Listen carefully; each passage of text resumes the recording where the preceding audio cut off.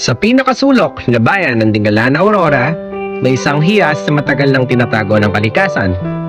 Isang lugar na hindi madalas marating, hindi palaging nababanggit, pero sadyang kahanga-hanga.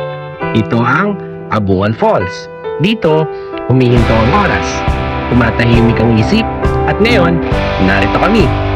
Hindi lang para makita, kundi para maramdaman, pakinggan, at pahalagahan din ang ganda nito. Ganda.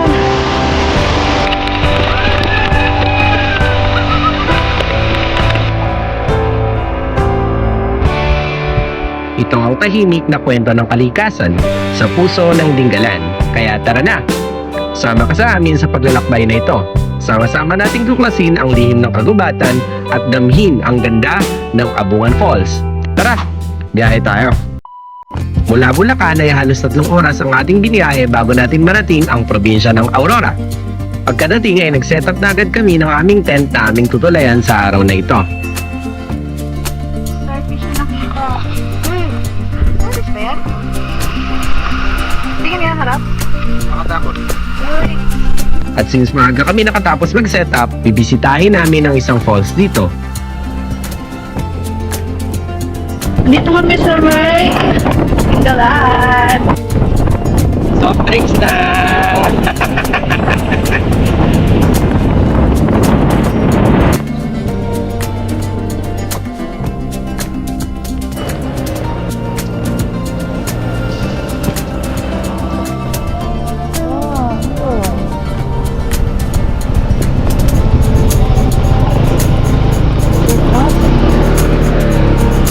Punta kami ngayon sa Abuan Falls. Ganito dadaanan niya.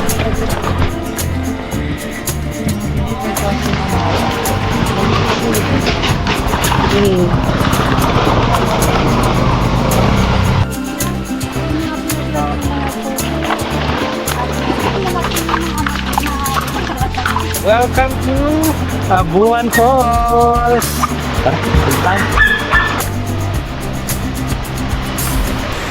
Hindi pa siya kita. Mata pa lang natin nakakakita. Pasok tayo sa pinakamahabang kuweba.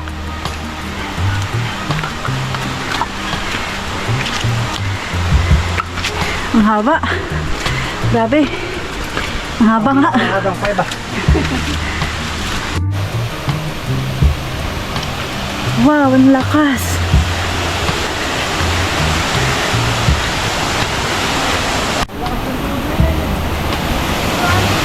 Wow. Ganda.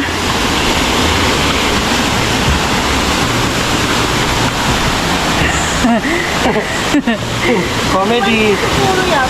Pa. Iwan naman sa mga baba. Baka ala ko po sa inyo.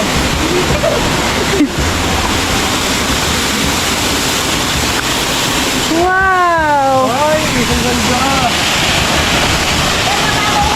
Apo. Hi! Welcome to Abuan Falls! Woo! Ang Abuan Falls ay isang hidden gem sa Sitio Abuan, Barangay Umiray, Dingalan, Aurora. Tinatayang nasa 90 feet ang taas nito at kilala sa malamig at malinaw na tubig. Sulit ang paglalakad patungo dito dahil tahimik, presko at hindi gaanong matao. Perfect spot para sa nature trip, chill moments at konting pahinga mula sa ingay ng syudad.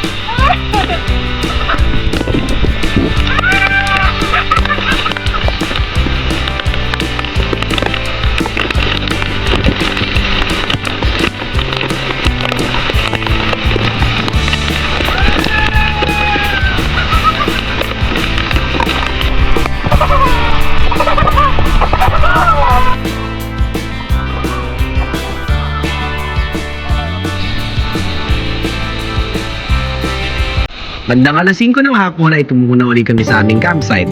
At ayun na nga, natapos na naman ang isa na namang simple pero sobrang special na adventure. Hindi man madali ang daan, pero gaya ng lahat ng magagandang bagay sa buhay, kailangan mo munang paghirapan para mas ma-appreciate mo ang dulo. Hanggang susunod na biyahe!